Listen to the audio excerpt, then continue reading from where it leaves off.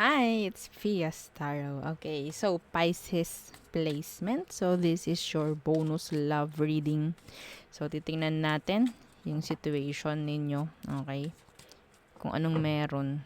Titingnan natin. Tingnan natin kung magkakaroon or meron tayo maibibigay na advice or kung ano man. Okay, ang ating pwedeng makita at maibigay. Okay, so syempre, before tayo mag-start, kung hindi ka pa nakakapag-subscribe, please do subscribe and hit the notification bell para lagi po tayo maging updated sa mga mangyayari pa lang. Okay, and syempre, don't forget, na mag-follow sa atin pong FB page. And kung may tanong po pagdating sa private reading, just message me sa akin pong FB page for more info. And syempre, ganun rin pagdating kay Perception of Light. Okay, so, yeah, and kung may tanong po pagdating sa ating all-in-one evil eye ring, bracelet, oo, lutang, oo, diba?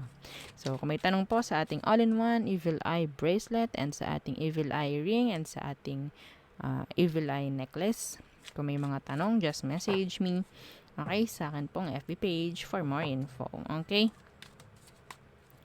So, yeah. Tingnan natin, Pisces, let's start. Okay, anong situation meron ang mga Pisces ngayon? Anong meron?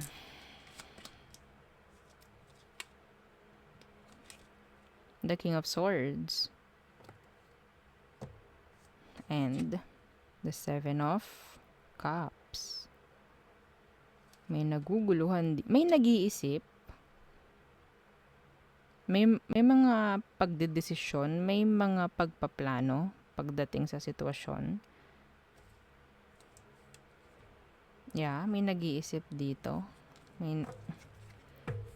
May pagtatanong kung anong dapat.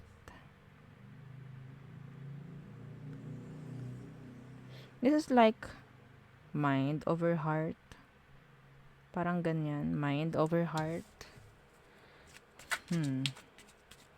Na mga pagdedesisyon. Ay!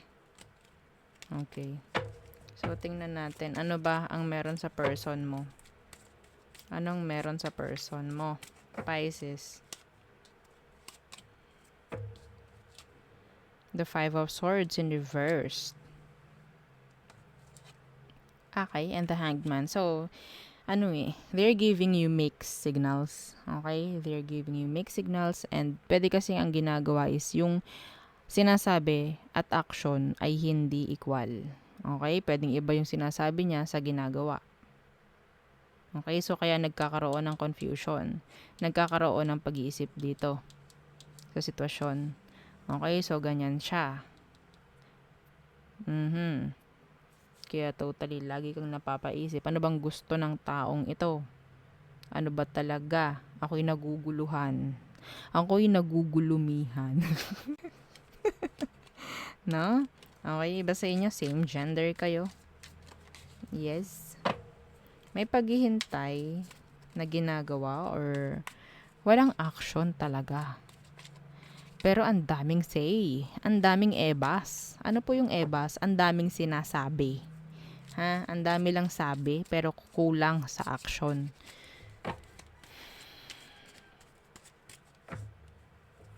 Tingnan natin. Ano ba talagang emosyon nito sa'yo, Pisces? The Nine of Cups. Gusto ka nito. Gusto ka niyan.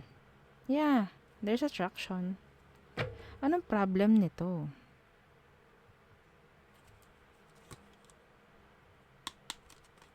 Kuha tayo. Ano bang meron talaga? Kasi yung emosyon niya, the Nine of Cups and the Hierophant. The Nine of Cups, this is you're their wish fulfillment. The Hierophant, this is commitments. Okay? Pero bakit, Pisces, ikaw itong parang ang dami mong masyadong iniisip? Maybe ikaw yung meron ditong issue. Pwedeng ikaw yung may issue dito. Ikaw yung nag-overthink. I'm sorry, Pisces. I'm sorry. Oo. Yun ang nakikita ko. Ang daming prioridad. ng iba sa inyo. Okay, ang dami.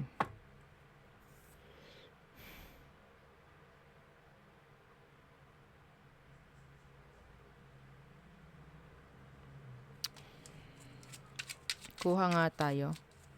Kasi gusto ka niya. Gusto ng commitments with you. Ano tong 9 of Cups? Tingnan natin. Ano tong 9 of Cups? Clarify natin tong 9 of Cups.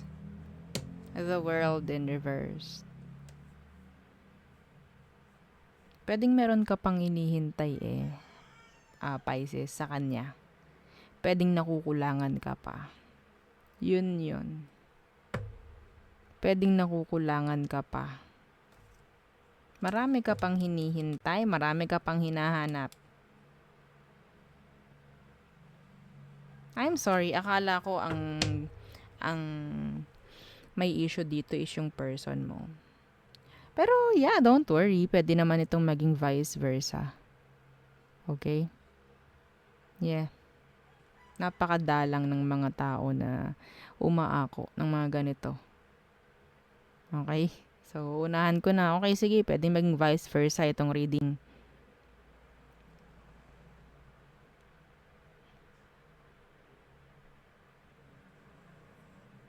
May hinihintay ka pa. Nakukulangan ka pa.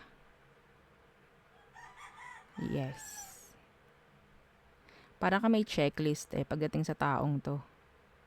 Oops, wala ka pang Oops. Wala ka pang 10 ano ba? Kahit 'di ba? Like wala ka pang ganito. Okay, hindi muna, X pa to. So, kapag meron ka na ng ganito, okay, sige. Para may ganyan.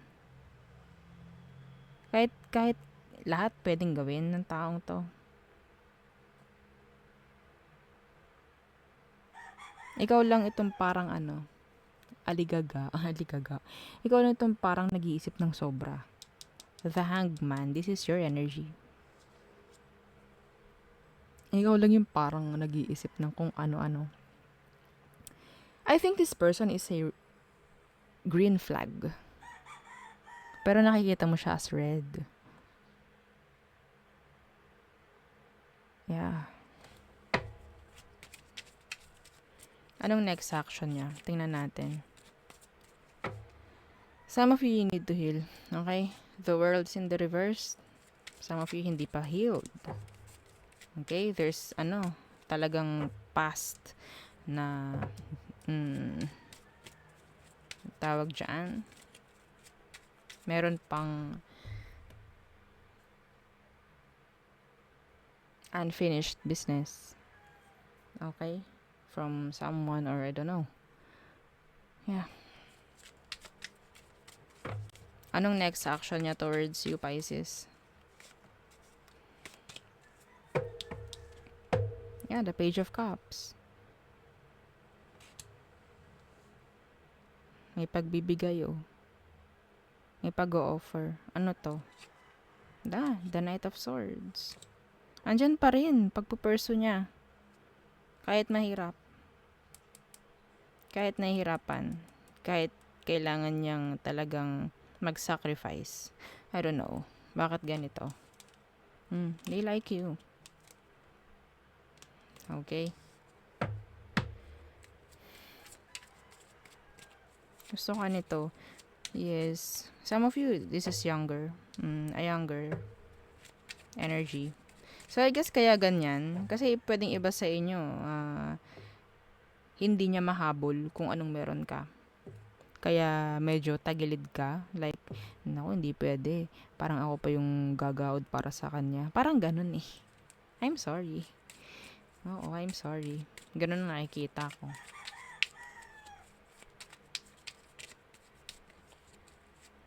Ano ang advice for you, Pisces? Okay, so minukuha kong dalawa. The Moon in reverse. And the Four of Pentacles.